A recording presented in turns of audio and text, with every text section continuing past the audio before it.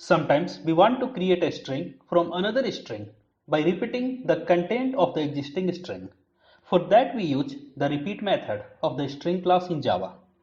Namaste everyone, I am Gyan and you are watching the session 18 of Java and Web, String API in Java. In this video, we will learn about the repeat method of the string class in Java. But the repeat method added to the class string in Java 11. If you are using earlier versions of Java, then you cannot find the method repeat in the class string. This is the signature of the method repeat.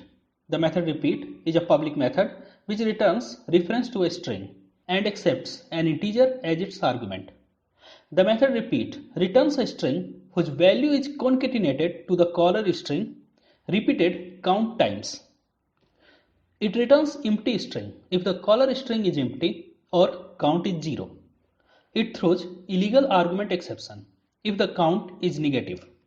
Here we have the Java file first.java. In the first.java we have the class first. In the class first we have the method main. Then we are creating a new string object which contains hello.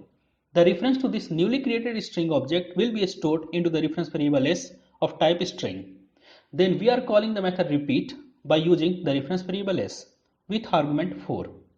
That's how a new string will be created in the heap by repeating this content 4 times.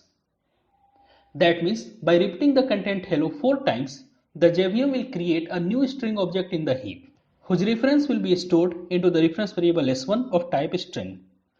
That's how when we print the reference variable s1, it will print the string hello 4 times, because this is a single string whose content is 4 times hello. Then after again, we are calling the method repeat by using the reference variable s with argument 0. So we are not going to repeat this content. In this case, we are directly printing the string returned by the method repeat, and in this case it will print nothing because we are not repeating the content of this string s.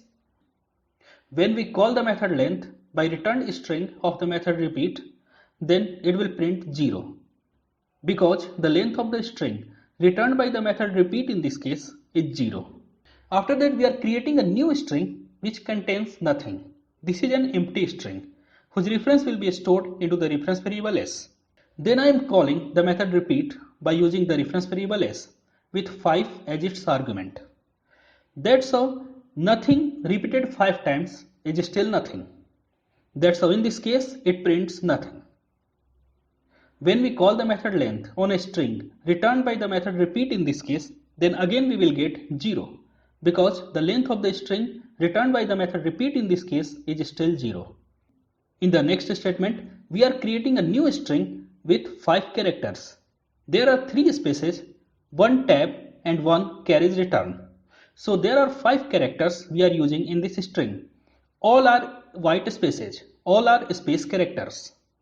That's how a new string will be created with only space characters whose reference will be stored into the reference variable s. When we call the method repeat by using the reference variable s and with argument 4, it will create a new string by repeating this content 4 times. But since all the characters in this string are just white spaces, that's how in this case it will print nothing. And when we call the method length on whatever is returned by the method repeat in this case, we will get 20 because initial length of this string was 5. Although all the characters in this string were white spaces, but they are repeated 4 times. 5 characters repeated by 4 times. That's how the length of the string returned by the method repeat is 20.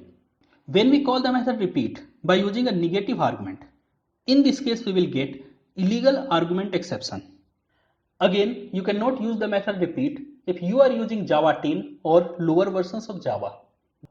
The method repeat introduced in Java after Java 11 onwards. That's all for this video guys. Don't forget to like and share this video, subscribe my channel on YouTube, like my page on Facebook and leave your valuable comments in the comment section below. Thanks for watching. See you in the next video.